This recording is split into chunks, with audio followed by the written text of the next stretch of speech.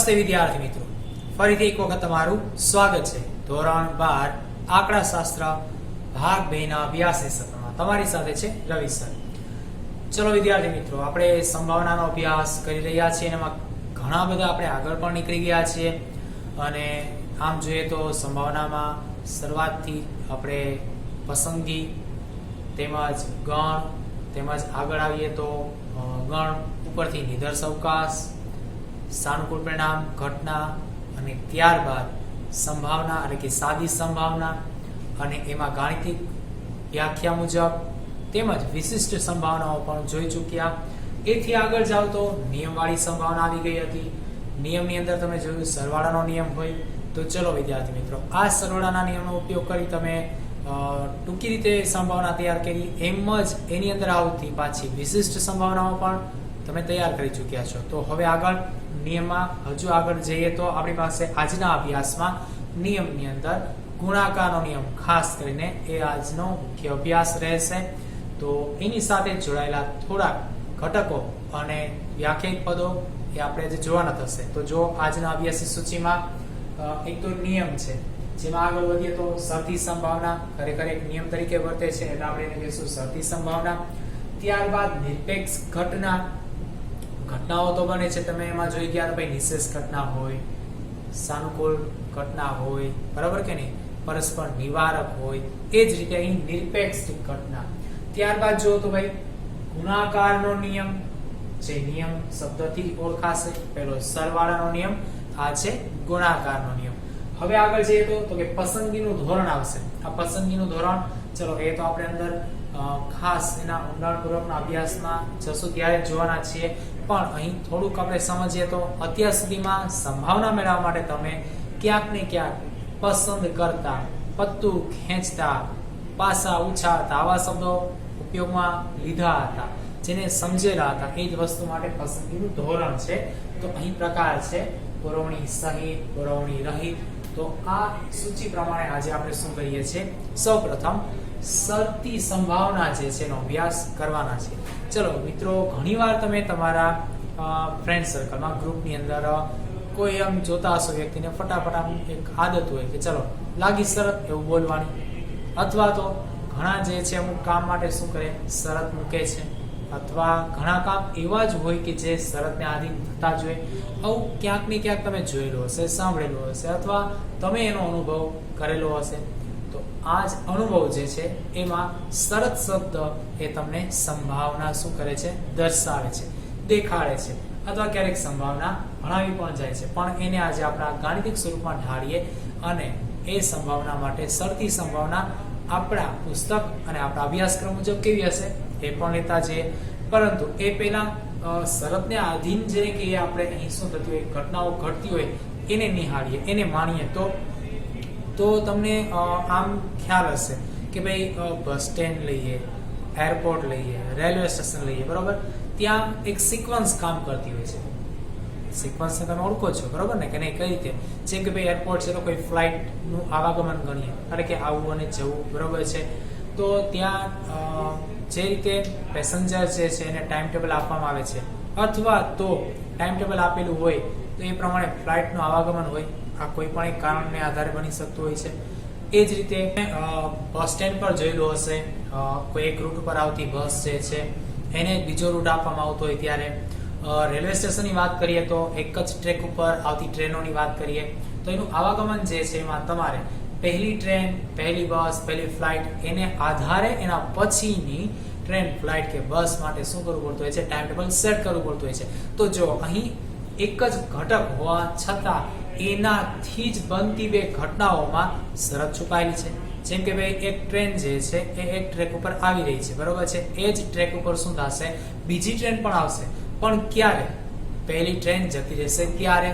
તો શરત થઈ કે નહીં, પહેલા ટ્રેનના રૂટ ઉપર જે ટ્રેન ચાલી રહી છે એ જ ટ્રેનના રૂટ ઉપર બીજી ટ્રેન જ્યારે આવવાની છે તો અત્યારે ચાલો માની લો કે પહેલી ટ્રેન આવે છે ને એ નામ આપી દઈએ અને બીજી ટ્રેન આવે છે ને બી નામ આપી દઈએ. તો કોઈ સ્ટેશનની વાત કરીએ છીએ ત્યારે કોઈ એક સ્ટેશન ઉપર એ ટ્રેન આવશે અને જતી રહેશે, ત્યારબાદ જ એ રૂટ ઉપર એ જ ટ્રેક ઉપર બી ટ્રેન આવશે.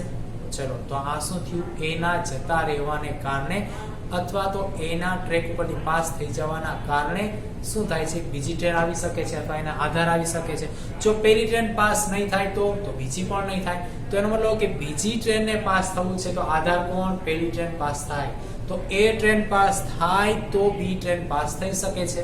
તો એ જ રીતે અહીં એક રૂટમાં જે બસ ચાલે છે એને જ પાછો બીજો રૂટ સોંપવામાં આવતો હોય તો બની શકે કે બસ જે છે એ પહેલા રૂટ ઉપરથી આવે તો જ એ બીજા રૂટ ઉપર જઈ શકશે.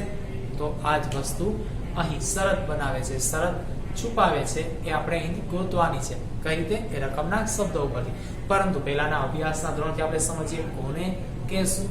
તો હવે તમે હમણાં જે છેલ્લા ઉદાહરણ જોયા હતા ને એમાં તમારો જવાબ છે અને એમાં તમે શરતી સંભાવનાની વ્યાખ્યા પણ આપી શકો છો, એટલે કે કોઈ પદની અંદર ગોઠવણી કરી શકો છો. ચલો તો આજે પેલા નોંધીએ શરતી સંભાવના. નંબર 1 શરતી સંભાવના. ચલો શરતી સંભાવના જે છે એના માટે આપણે સંભાવનાના અભ્યાસક્રમમાં છીએ તો થોડા ઘણા શબ્દો પ્રકરણ અનુરૂપ જ રહેવાના છે. ધારો કે કોઈ ગણ u અને કોણ છે? સાર્વત્રિક ગણ u માની બે ઘટના. હવે વિદ્યાર્થી મિત્રો અહીં તમે વાક્ય જે છે એમાં શબ્દો બીજા પણ આપી શકો છો. u લખ્યું છે જગ્યાએ નિદર્શકાશ માની કોઈ બે ઘટનાઓ તોય ચાલે. કોઈ બે ઘટનાઓ a અને b માટે. ચલો અહીં આપણે એવું કહી શકીએ છીએ કે ઘટનાઓ a અને b માટે પણ શું? તો કે અહીં જો ઘટના a બને તો ઘટના b ની સંભાવના બને અથવા તો મળે. જો ઘટના a બને અને કે એની સંભાવના બને તો ઘટના b જે છે એની સંભાવના બને કે મળે તો તેને શરતી સંભાવના કહે છે.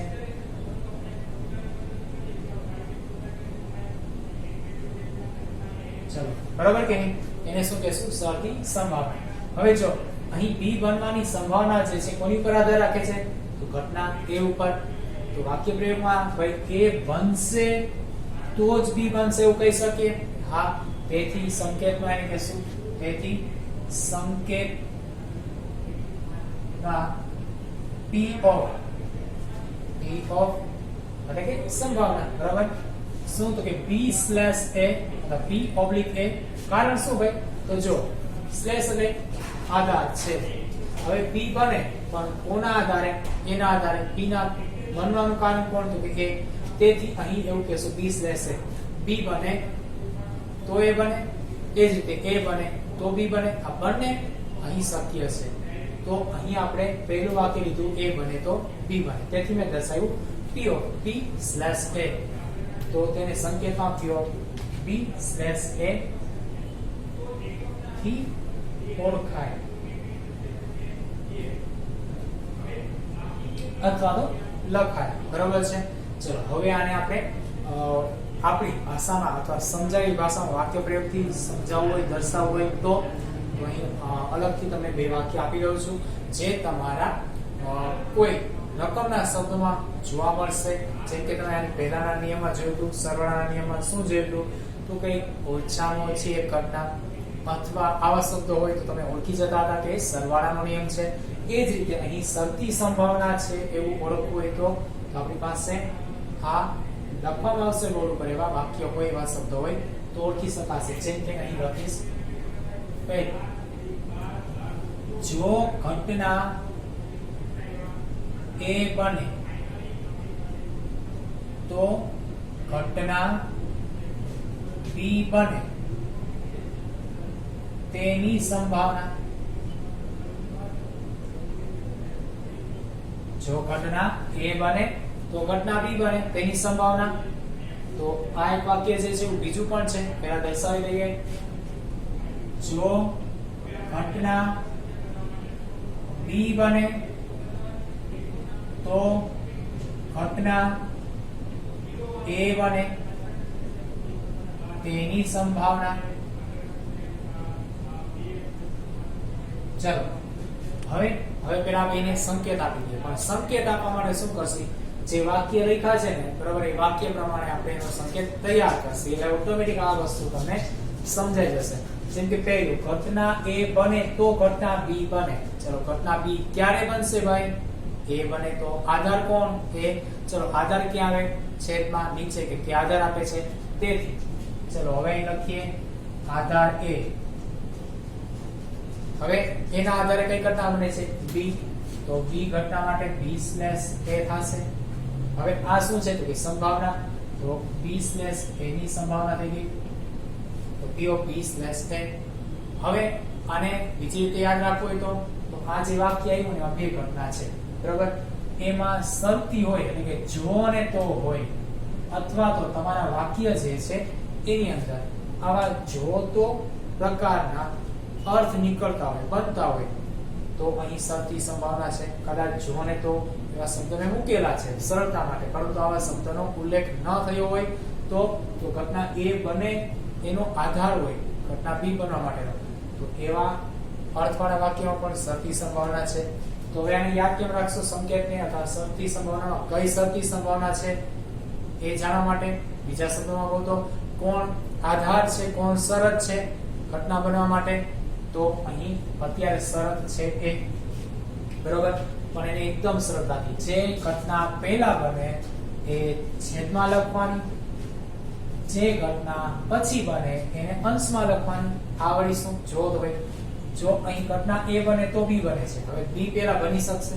નહીં બની શકે, કારણ તો કે A બની નથી, તો A પહેલા બની અને B પછી બની, એટલે પહેલા બની એ છેલ્લે બની એ પહેલા, એટલે અહીં શું બનાવ્યું? અંશ અને છેદ.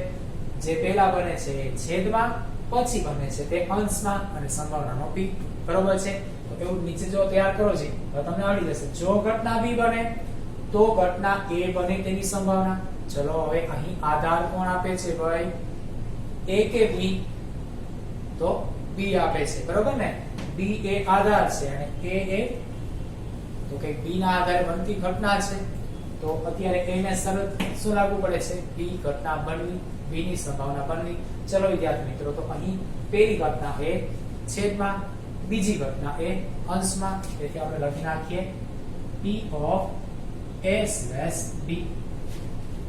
બરોબર કે નહીં? ચલો તો અહીં ઘટનાઓમાં સંભાવના જે છે એની અંદર શરતી સંભાવના જે છે એ છુપાયેલી હોય, રહેલી હોય, તો આપણે આ પ્રકારના વાક્યો જે છે એમના પરથી તારવી અને દાખલાની ગણતરી અથવા શરતી સંભાવના જે છે તૈયાર કરી શકીએ છીએ. પરંતુ શરતી સંભાવનાને પારખવા માટે ક્યારેક તમારે વ્યવહારુ શબ્દ જે છે અથવા તમારા મગજની અંદર ક્યારેક અગાઉના જે છે શબ્દો છુપાયેલા હોય એને ત્યારે લાવવા પડશે બહાર, અને એને કારણે તમે એને પારખી પણ શકશો કે અહીં શરતનો ઉપયોગ થયેલો છે. ઘણીવાર એવું પણ બનશે શરત હશે, પરંતુ એને જ્યારે પ્રેક્ટિકલી ઘટનામાં લઈ જાય ત્યાં જ ખબર પડશે કે શરત હોય. બરોબર છે?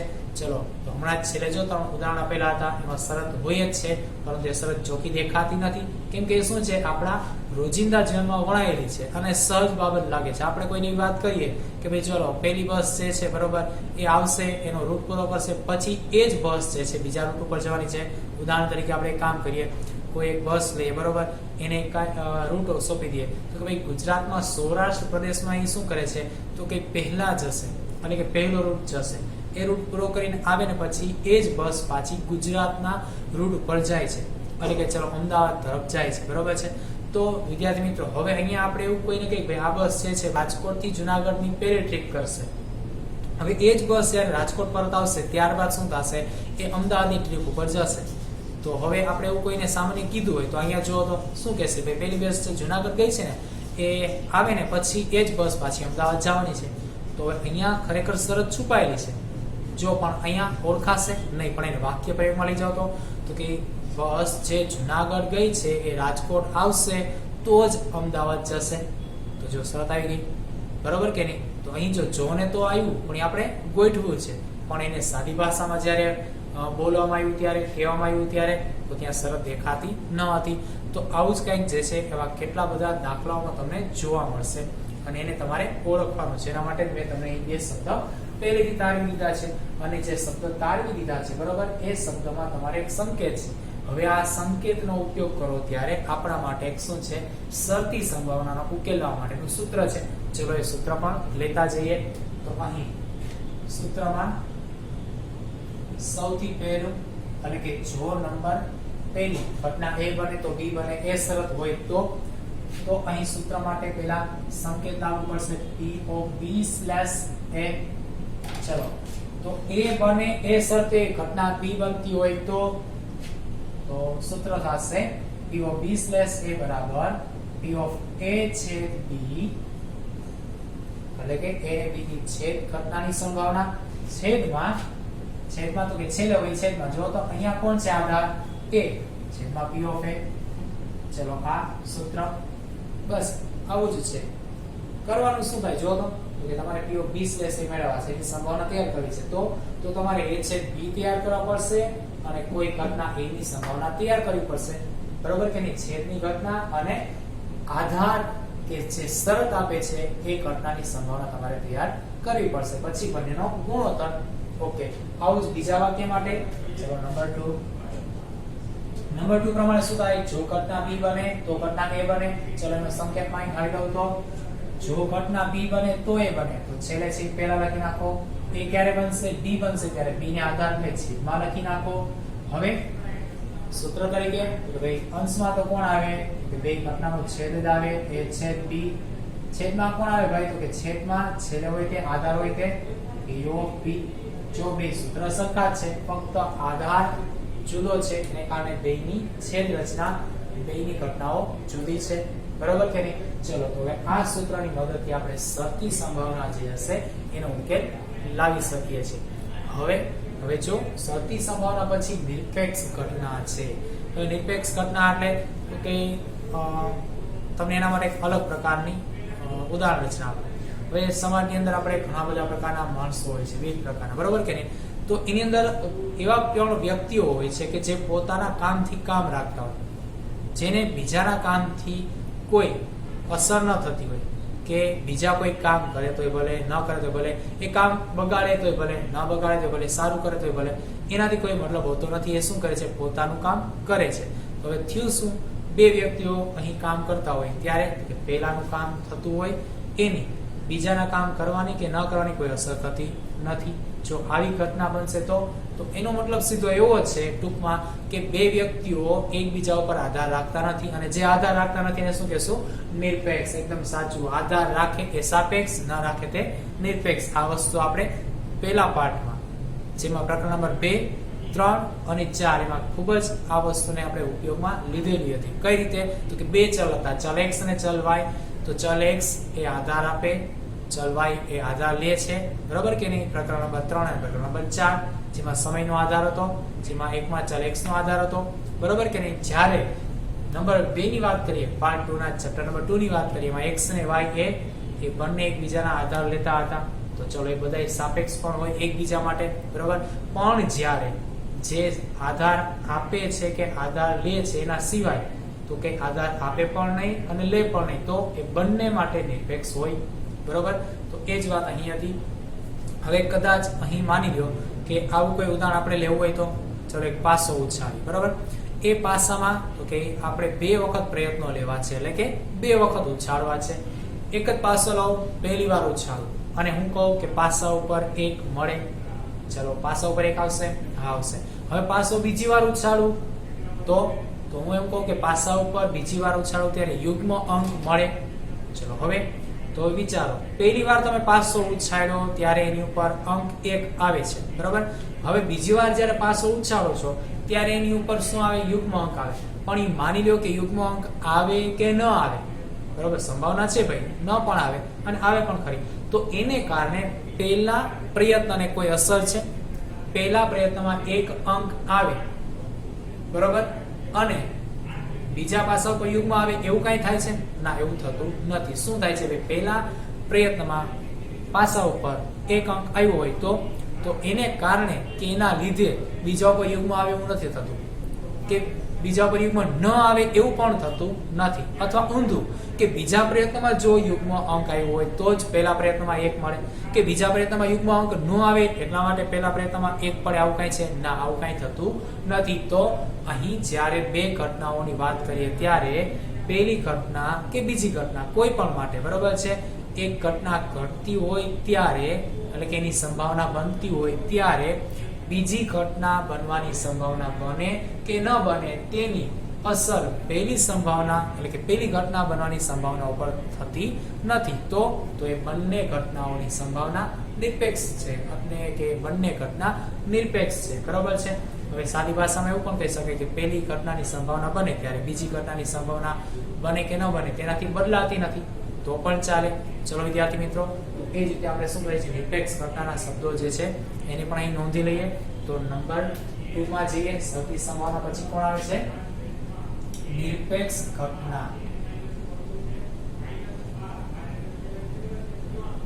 ચલો નિરપેક્ષ ઘટનામાં શબ્દ શું આવે છે તો કે આ રીતે લખી શકીએ શું તો કે ધારો કે u માની બે ઘટનાઓ અથવા નિદર્શકાશ u માની બે ઘટનાઓ તો એ ચાલે ધારો કે મીટર્સ અવકાશ u ની કોઈ બે ઘટનાઓ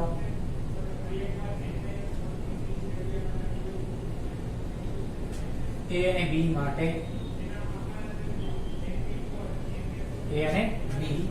માટે ઘટના એ બનવાની સંભાવના ઘટના એ બનવાની સંભાવના ઘટના બી બનવાની કે ન બનવાની ઘટના બી બનવાની કે ન બનવાની સંભાવના થી બદલાતી ન તો ઘટના ઓ એ અને બી નિરપેક્ષ ઘટનાઓ છે ચલો વિદ્યાર્થી હવે અહીંયા જો તો કોઈ ઘટના a અને b વિશે વાત કરેલી છે બાકીના શબ્દોને તમે આબેહૂબતાથી ઓળખો છો પારખો છો કારણ શું તો કે દિવસ અવકાશ એ શરૂઆતમાં આવી ગયું તમારે રમકડા જેવું લાગે છે ડાબા હાથનો ખેલ છે બરોબર કે નહીં તો એકદમ સાચી વાત છે કારણ એ છે કે ભાઈ તમે અત્યાર સુધીમાં કેટલી વાર સમજી ચૂક્યા જાણી ચૂક્યા ઉપયોગ પણ કરી લીધો છે કે નિદર્શ અવકાશ શું કોણ બરોબર એમાંની ઘટનાઓ એ બી તો એને ઓળખો છો એટલે આપણે એની પર વાત નથી કરતા સીધા આગળ વધીએ ઘટના એ બનવાની સંભાવના જે ઘટના બી બને એની સંભાવના કે ઘટના બી ન બને એની સંભાવના થી બદલાતી ન હોય એટલે કે એની કોઈ અસર થતી ન હોય ચલો આ શબ્દો પણ લખી શકો છો બદલાતી ન હોય એની જગ્યાએ શું લખી શકો તો કઈ ઘટના એ બનવાની સંભાવના ઘટના બી બનવાની સંભાવના કે ઘટના બી ન બનવાની સંભાવના થી કોઈ અસર પામતી ન હોય કે ની અસર થતી ન હોય તો ઘટના a અને b બંને નિરપેક્ષ ઘટનાઓ છે ચલો બે નિરપેક્ષ ઘટનાઓ હોય તો આપણે એને દર્શાવીએ કઈ રીતે દર્શાવી દઈએ તેથી કરીને માનો કે p ઓફ a છે એની સંભાવના બરાબર ને ઘટના a ની સંભાવના તો ઘટના a ની સંભાવના કે p ઓફ a બરાબર શું થશે કે ઘટના જે છે a બને બરાબર અને ઘટના b બને એ રીતે અહીંયા શું થશે ઘટના a બને ત્યારે b બને કે ન બને એનાથી કોઈ અસર થાય કે ન થાય બરાબર એ આપણે દર્શાવવું છે તો શું છે અસર થતી નથી ચલો અસર થતી નથી તો એનો મતલબ કે ઘટનાની સંભાવના બદલાતી નથી બરાબર ચલો તો એટલું જ સંકેતમાં દર્શાવવાનું છે લખી નાખીએ p of a slash b અને એનો મતલબ એવો કે ઘટના b બને તો પણ ઘટનાની સંભાવના એટલી જ રહેશે જ્યારે b ન બને તો પણ એટલી રહેશે એટલે ઘટના a/b', કેનો મતલબ કે b ન બને તો પણ ઘટનાની સંભાવનાની કિંમત એટલી જ રહેશે. ચલો હું a માટે લાગુ કરું. b માટે થઈ શકે હા, અહીં લખી નાખીએ b બનવાની સંભાવના ઘટના a બનવાની સંભાવના કે ન બનવાની સંભાવનાથી બદલાતી નથી. તો સંકેતમાં લખી શકીએ છીએ અહીંયા શું લખી શકીએ તો કે p of b બરાબર p of b/a એટલે કે a બને તો પણ અથવા તો a ન બને તો પણ એટલે કે a', બરાબર. b બને છે ત્યારે એ ઘટના બને એની સંભાવના કે એ ઘટના ન બને એની સંભાવનાથી b જે છે એમાં કોઈ અસર થતી નથી એટલે કે એની સંભાવના બદલાતી નથી. ચલો વિદ્યાર્થી મિત્રો, તો આ વસ્તુ જે છે એ નિરપેક્ષ ઘટના દર્શાવે છે. તો હવે આપણી પાસે આવે છે કોણ? ગુણાકારનો નિયમ. તો લખીએ છીએ ગુણાકારનો નિયમ. કઈ રીતે? તો કે આપણે વાક્ય રચના સીધી આપી કે ગુણાકારનો નિયમ એકદમ સરળ છે અને તમે પહેલા પૂર્વમાં શીખી પણ ગયા છો. જો કઈ રીતે તમે જાણો છો કે u માની કોઈ બી ઘટનાઓ લઈને તો લખી નાખીએ. ધારો કે u માની કોઈ બે ઘટના a અને b હોય ત્યારે a અને b બંને સાથે બને તેને ગુણાકારનો નિયમ કહે છે. ચલો એકદમ સરળ. અને આ વસ્તુ શીખી પણ ગયા છો. કઈ રીતે ઓળખતા હતા? છેદથી. એકદમ સાચું. જ્યારે ગુણાકારનો નિયમ હતો એ ત્યારે ઉપર આગળની ગણતરીઓમાં જોઈ ગયા છો, પરંતુ એને ગુણાકારના નિયમથી આપણે ઓળખતા ન હતા કે એને સ્પેસિફાય કરેલું ન હતું. હવે અહીં જોઈએ તો ગુણાકારનો નિયમ લાગુ પડે છે ત્યારે બંને સાથે બને છે. તો બંને જ્યારે સાથે બને છે ત્યારે a/b, પણ a/b માં તમે જાણો છો બેમાં સરખું હોય તો જ બંને સાથે બનશે, બરાબર. ચલો તો એને કઈ રીતના દર્શાવવા? તો ભાઈ તમે જાણો છો a/b ને તો આપણે કઈ રીતે દર્શાવીએ છીએ કે તેથી p of a/b એટલે કે a ને b બંને સાથે બને. એ કેવું થશે? b અને a પણ સાથે બને તો કેવાશે શું? બંને એક જ કેવાશે. a અને b બને કે b અને a બને, બંને એક જ થઈ ગયું, બરાબર. પણ આ વસ્તુ જે છે ને એ શરતી સંભાવનામાં તૈયાર થશે. જો તો શરતી સંભાવનાનો સંકેત b લેશે અને a/b, તો બંનેના સૂત્રમાં જાઓ. અહીંયા કોણ છે? a/b ના છેદમાં p of a, અહીં a/b ના છેદમાં p of b. હવે જો તો a/b ના છેદમાં p of a છે ને સામે જાવ દો તો p/a ગુણ્યા p of a કોણ તૈયાર થઈ ગયું? a/b. તો આપણે શું જોઈએ છીએ? a/b. ચલો લખી નાખીએ. તો a/b બરાબર શું થશે? તો કે p of a ગુણ્યા p of b/a. તો શું મળી જાય? a/b. એ જ રીતે જો અહીં a/b ના છેદમાં p of b છે તો શું મળે? તો કે p of a/b, બરાબર. કે અહીં b બને ક્યારે? તો કે a મળે ત્યારે, એટલે કે a બને ત્યારે. અહીં a બને પણ ક્યારે? જો b બને તો બંનેમાં a/b તો કેવા છે? કોમન સરખા છે. હવે તમે a/b લખો કે b છે તે લખો, બંને એક જ થશે. તો આના માટે હજુ આપણે શું લખી શકીએ? તો કે p of b ગુણ્યા a/b. ચલો તો હવે તમારે ગુણાકારનો નિયમ લગાવવો હોય તો આ તમારા બંને સૂત્ર થઈ ગયા, બરોબર છે. કે a/b ની સંભાવના તૈયાર કરવી છે તો p of a ગુણ્યા p of b/a પણ થશે, અથવા તો p of b ગુણ્યા p of a/b પણ થશે. તમારી પાસે જે કિંમત આપેલી હશે કે જે ઘટનાની સંભાવના તૈયાર હશે એ પ્રમાણે કિંમતમાં સૂત્ર જે છે ઉપયોગ કરી શકાશે.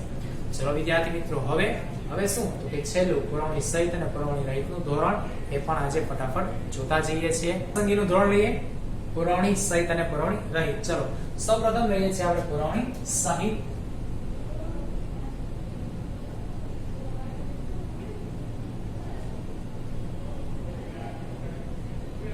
ઓકે સ્ટુડન્ટ, ચલો પુરવણી સહિત એટલે શું? તો પહેલા અહીં સહિત શબ્દ છે. સહિત એટલે તો સાથે. પુરવણી એટલે શું થશે? તો કે કોઈ પણ કિંમત જે છે એનું શું થવું? એની અંદર સમાવિષ્ટ થવું.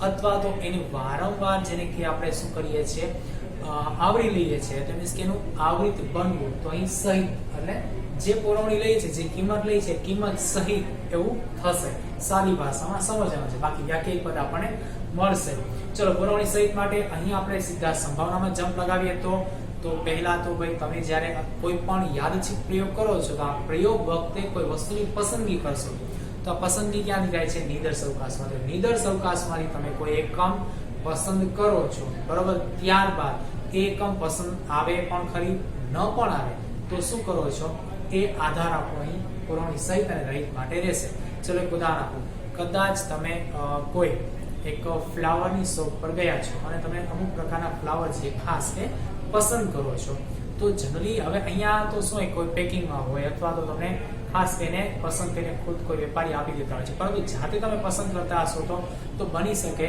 કે તમે એક જે ફ્લાવર માટે તૈયાર કરેલા કોઈ ટોપલા કે કોઈ રાખવાનું જે સાધન છે એમાંથી શું કરો ફ્લાવર એક પસંદ કરો અને તમારે જોતું એ જગ્યા ઉપર મૂકો છો તો ખરેખર પ્રેક્ટિકલી અહીં વિચારો અહીં એક પ્રેક્ટિકલી એક મેથડ એક છુપાયેલી છે પદ્ધતિ છુપાયેલી છે કઈ રીતે જેમ કે હું એક ટોપલામાંથી ફ્લાવર પસંદ કરું અને એને હું સાઈડમાં રાખું ચલો આ પહેલી વસ્તુ થઈ ગઈ ઓકે હવે હું પસંદ કરીને જ્યારે સાઈડમાં મૂકું છું બરોબર છે ત્યારે બની શકે કે એ ફ્લાવર મેં પસંદ કરી લીધું છે અને મેં સાઈડમાં મૂક્યું છે પણ હવે બીજું જ્યારે ફ્લાવર પસંદ કરું ત્યારે તો કે પહેલું ફ્લાવર છે હું પાછા ટોપલામાં મૂકું છું નહીં બરાબર તો બીજું ફ્લાવર પસંદ કરું છું એને શું કરું છું સાઈડમાં પાછું મૂકી દઉં છું ટોપલામાં મૂકતો નથી એટલે કે જે તે બાસ્કેટ કે બકેટ કે જે કાંઈ છે એમાં મૂકતો નથી ચલો તો એ જ રીતે હવે માની લે કે મને શું થાય એ ફ્લાવર પસંદ કરવાની જેને ઈચ્છા થઈ છે હું ફ્લાવર પસંદ કરું એટલે પહેલો પ્રયત્ન લઉં ફ્લાવર પસંદ કર્યો પણ હવે શું કરું ફ્લાવર જે છે એ સાઈડમાં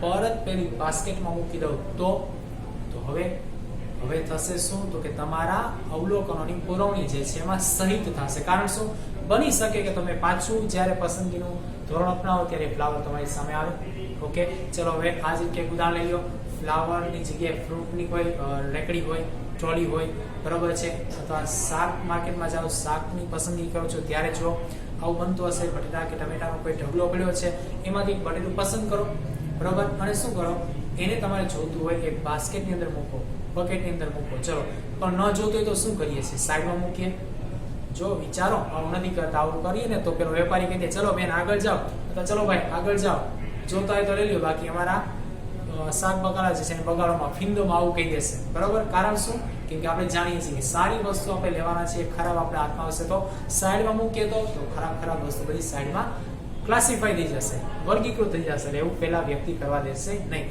ચલો પણ અહીં શું થાય છે પદ્ધતિ છુપાયેલી છે બટેટું એના ઢગલામાંથી ઉપાડી પસંદ આવે તો આપણે રાખીએ છીએ ન પસંદ આવે તો પાછું તે ઢગલામાં મૂકીએ છીએ તો આ ઢગલો એ શું થઈ ગયો આપણા માટે સમષ્ટિમાંથી એક એકમ ઉપાડી તે એકમ શું કરીએ પસંદ કરીએ બરોબર ત્યારે એ સમષ્ટિમાં પરત ન મૂકીએ તો પુરવણી રહી અને સમષ્ટિમાં પરત મૂકીએ તો પુરવણી સહિત ચલો હવે આને વ્યાખ્યાયિત કરતા જઈએ તો નિદર્શ અવકાશ જે છે એમાં એટલે કે આપણે સાદરીકરણ એવું બનાવીએ છીએ કે તો નિદર્શ અવકાશ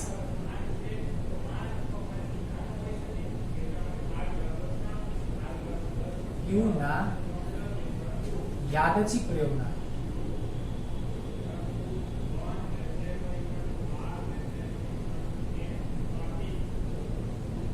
પ્રત્યેક પ્રયત્ન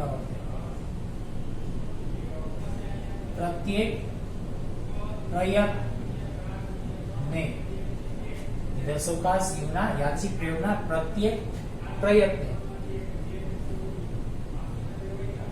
પસંદ થતા એકમોમાં પ્રથમ પ્રયત્ને પસંદ થયેલ એકમ બીજા પ્રયત્ન પહેલા નિદર્શ અવકાશમાં પરત મૂકવામાં આવે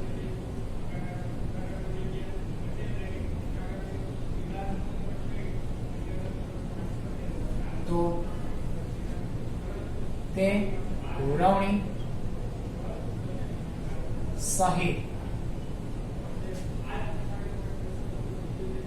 પસંદગી કહેવાશે.